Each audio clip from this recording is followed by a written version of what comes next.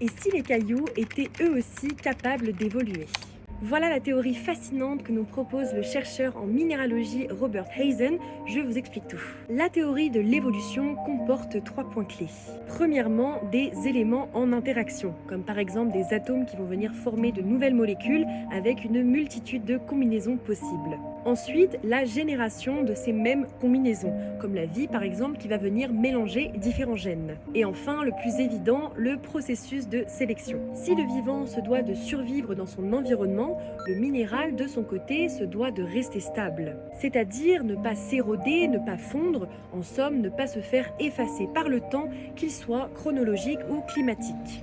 L'évolution s'appliquerait donc aux êtres vivants, mais aussi aux choses non vivantes. Pour la petite histoire, les minéraux sont nés au cœur des supernovas.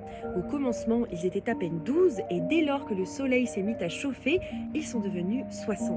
Il est par ailleurs plutôt probable que le premier d'entre eux soit le diamant, la forme la plus pure du carbone.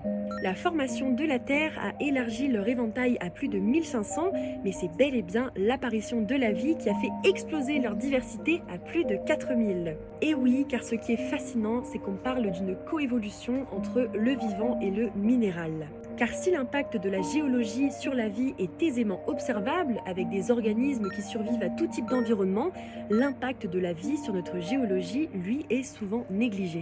Mais pourtant, les chercheurs estiment que 2 tiers des minéraux présents sur la Terre doivent leur existence à celle de la vie. Un exemple parmi tant d'autres est la présence de cette atmosphère riche en oxygène créée par les organismes photosynthétiques qui a permis une explosion de nouveaux minéraux riches en métaux.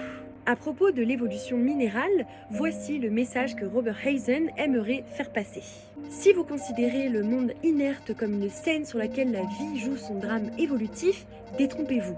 Les acteurs ont rénové leur théâtre au fil du temps. Et pour aller encore plus loin, il invite la communauté scientifique à ne pas négliger le minéral dans la recherche de vie extraterrestre. Plus solide, plus robuste que de fragiles restes organiques, il serait en mesure de nous fournir des preuves du vivant grâce à la coévolution. L'idée de l'évolution minérale nous invite à repenser le caractère inerte de la matière dépourvue de vie. Elle suggère que ce qui semble immuable est également en perpétuelle transformation, influencé par des processus d'interaction, de génération et de sélection tout aussi dynamiques que ceux du vivant. C'était tout pour moi pour cette petite vidéo sur l'évolution minéralogique. J'espère en tout cas que ce sujet vous aura plu autant que moi. J'ai pris énormément de plaisir à le découvrir. Ici vous êtes sur Magis Planet, une chaîne sur laquelle on explore les merveilles de l'univers et de l'esprit à travers la science et la philosophie. Et moi je vous dis à très vite pour une nouvelle vidéo.